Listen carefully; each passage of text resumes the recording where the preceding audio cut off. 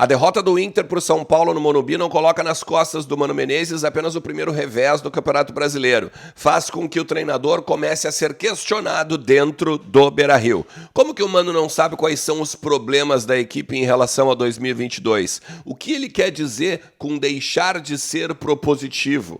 E mais, a questão anímica. Por que o Internacional muda tanto de um jogo para outro? Vamos falar sobre isso? Então fica comigo depois da vinheta.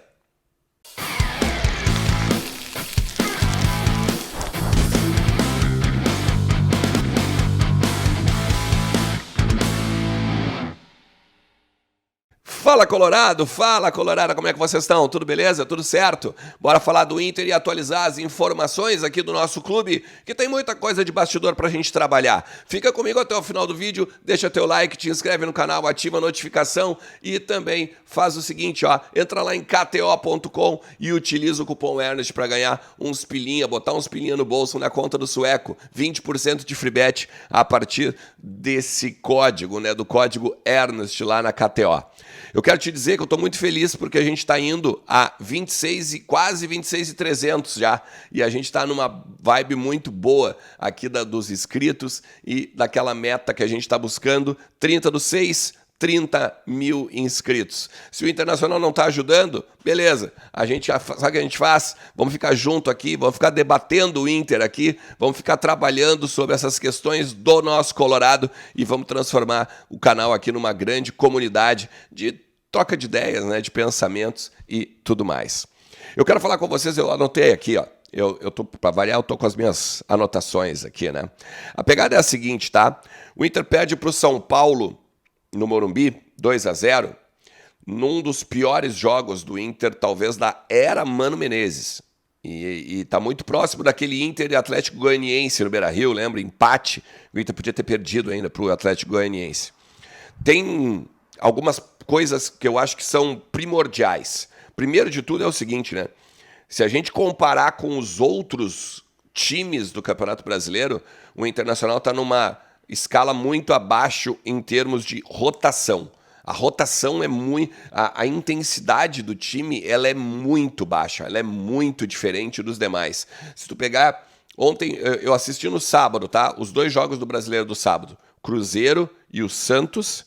e depois o Fluminense e o Vasco. Gente, era outro esporte. Era um absurdo o que os 4 times, no caso, né, propunham o jogo, o que eles tinham de correria, o que eles tinham de preparo físico. E aí a gente até tem que questionar mesmo, né? Por que o Inter trota em campo?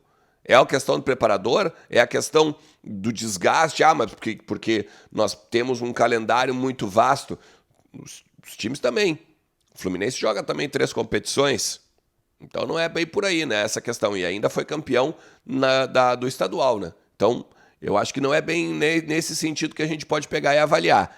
O que a gente pode avaliar é o Inter totalmente burocrático, mais uma vez, né? E ainda foi até com uma escalação querendo atacar, né?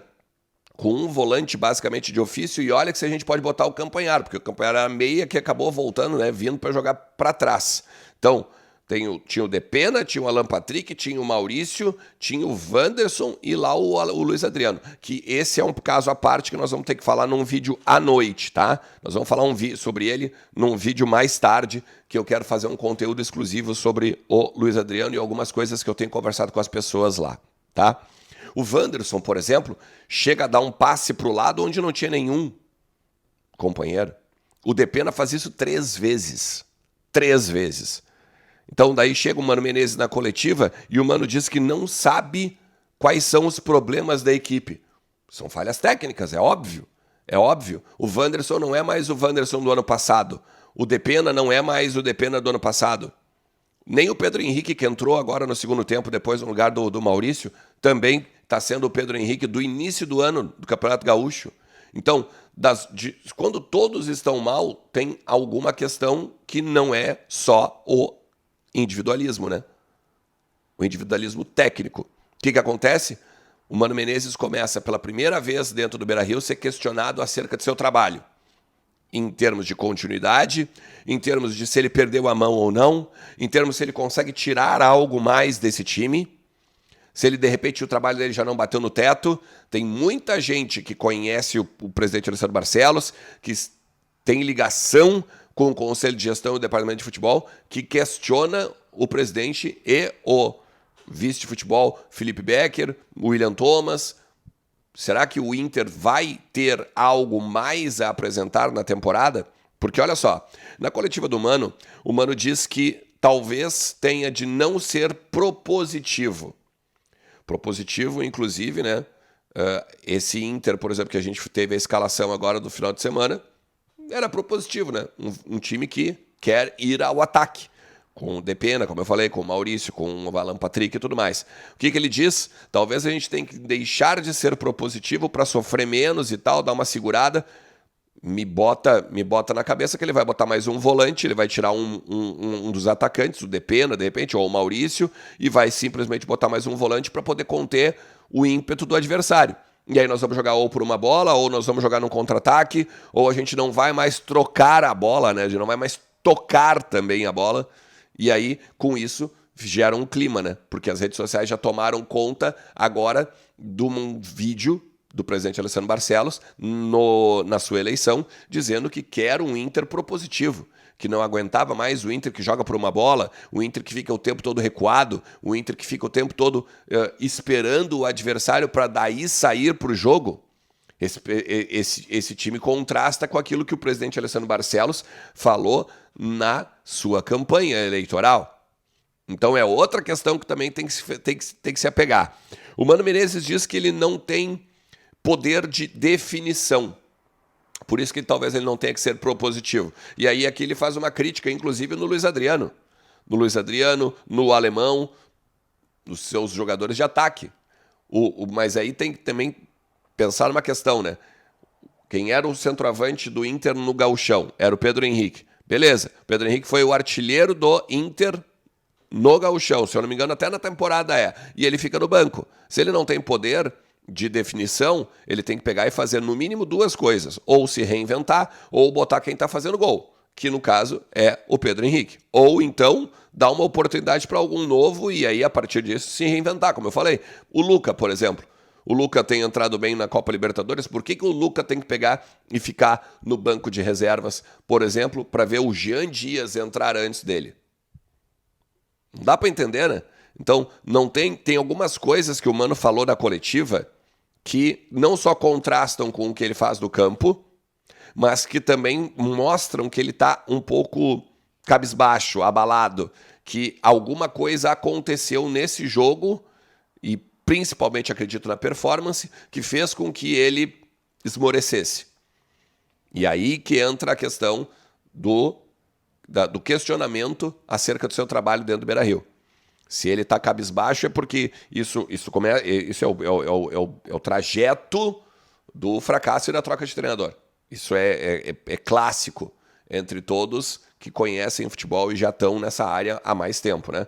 E a última, que aí a gente talvez tem que pegar e ficar muito preocupado, que é: eu não tenho todas as respostas para todas as questões.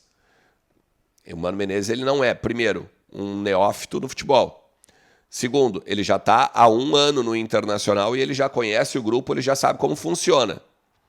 Ele tem armas ou, por exemplo, possibilidades em termos até históricos, né, com experiência que ele tem, de mudar o time e achar respostas a partir mesmo dessa sua experiência.